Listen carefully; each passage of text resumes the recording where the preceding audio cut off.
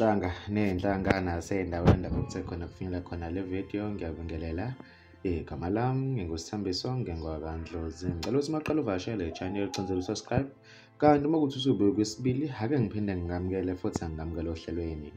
Wembukeli usalede indlelezile kanjena ubaba oneminyaka engu-53 obudala emva kokudutshulwa ngoyaba lwezinhlamvu kwamasha eCrossing eThekwini esifundazweni saKwaZulu-Natali. Kubeka ukuthi lo muvu beziphilisa ngokudayisa ama-fruits nama-vegetable kuzwakale ngandlebenye ukuthi bekufunakala ngodli imali ye-processing fee kumufi. Kanti wembukeli abazimi eziphuthuma babuzele endaweni yesigameko elapho khona abafica umufi esethule. Mbukele udaba lobuhlungu kakhulu lolu. Ngizocela ubukuvo lakho kwi-comment section mayelana nalolu daba ebese ngikubamba kwenye ividiyo elandelayo sengiphuma kanje. Usale kahle.